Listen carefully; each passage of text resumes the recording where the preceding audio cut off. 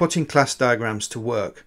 Lines, selection, auto-arrange and export. Lines. Lines are the whole point of class diagrams. They illustrate the collaboration between classes and show structure which is otherwise difficult to perceive from just reading the code. Hover the mouse over any line on a class diagram. You'll see the line becomes highlighted and a tooltip shows what the line represents. As we've just seen, you can also right-click on a line to navigate to either end, or zoom to make the whole line visible. Lines cast a shadow, which makes them easier to track by eye at the points where they intersect. Unselected classes are slightly transparent, so you can follow any lines which run beneath them. All lines are routed automatically.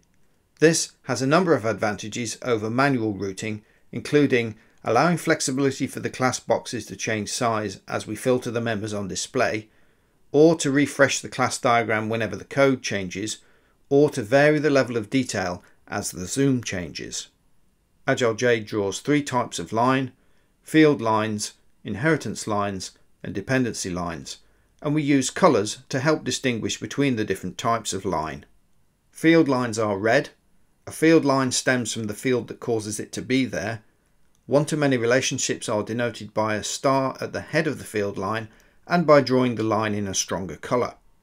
We will explore later how one-to-many relationships are determined and how you can customize this behaviour. Inheritance lines to a superclass are shown in green. Inheritance lines to an interface are shown in blue. The UML convention is that there be a triangle-shaped head on all inheritance lines. Since you cannot always see the head, we also include a triangle shape at the tail of the line for that extra bit of clarity. Dependency lines are the black dotted lines. They indicate a dependency of one class upon another. Note that dependency lines are only shown if there is no other existing line between two classes. To see what I mean by this, press Ctrl N and make a new empty class diagram. Right-click on the canvas and select Add Types. Add String Encoder and String Encoder Comparator. You'll see that String Encoder Comparator has a field line pointing to String Encoder. Double-click on the field in String Encoder Comparator, which is of type String Encoder. As you can see, double-clicking opens the source code editor. Comment out the field, save the source file and click the back button to return back to the class diagram. You'll see that the field line has now been replaced with a dependency line. There is a dependency line there because string encoder is a parameter to the comparator's constructor. Hence, there remains a dependency. The point is that a dependency line will only show up if there is no field or inheritance line. Okay, so we've seen how to understand the lines on a class diagram and how automatic line routing frees us up to change the code without worrying about keeping lines looking tidy. Now we're going to look at how selection helps us to see the connected lines and lets us arrange the classes. Selection. If at any time it's not quite clear which lines connect to a given class, click on the title of the class. Its connecting lines will be given prominence so you can see them clearly. You can also click on a field to bring just its field line to the top.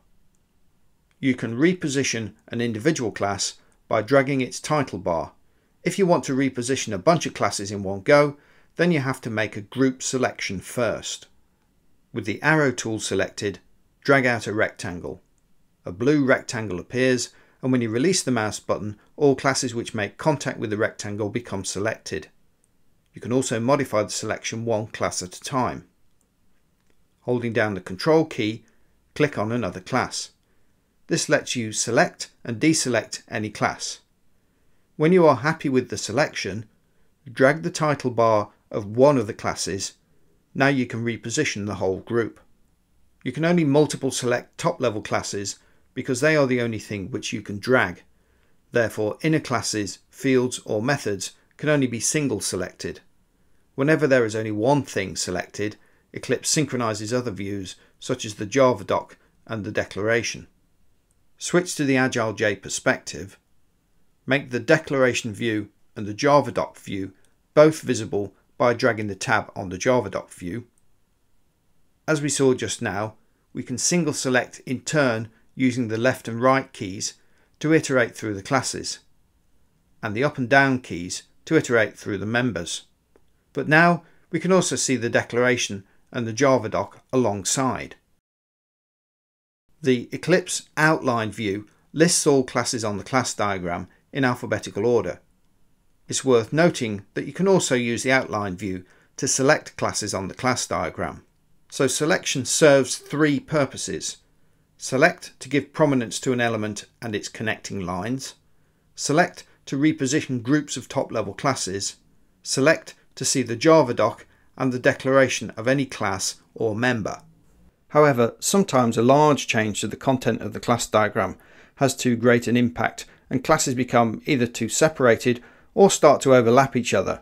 When this happens, then it's time to reposition the classes using the auto-arrange function. Auto-arrange. We have already seen some auto-arrangement happening. As we added multiple new classes, the new classes were arranged automatically. You can also force auto-arrangement of the whole class diagram from scratch. Open any existing class diagram which contains 3 or more classes, click the pink Auto-Arrange button on the toolbar. You'll see that the classes are given a new arrangement. You can press it again to get a different arrangement. Undo and redo also work for auto-arrangement.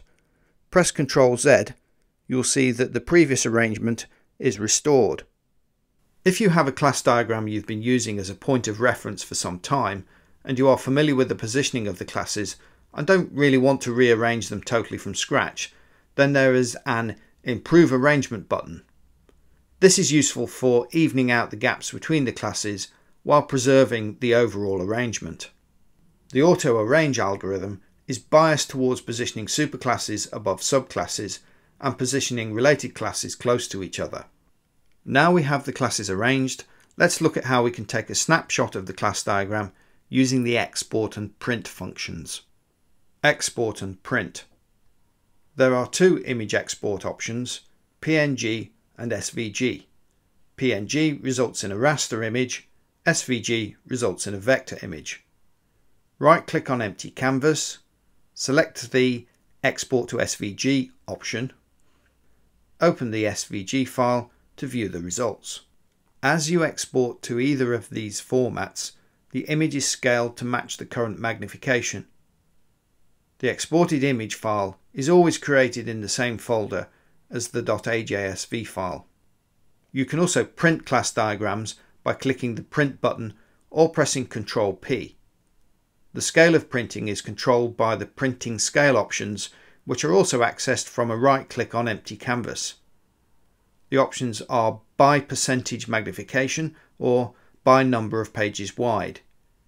Each printed page includes trim lines and a footer stating the row and column of the page. And that concludes all of the basic functionality of the AgileJ Structure Views reverse engineering tool.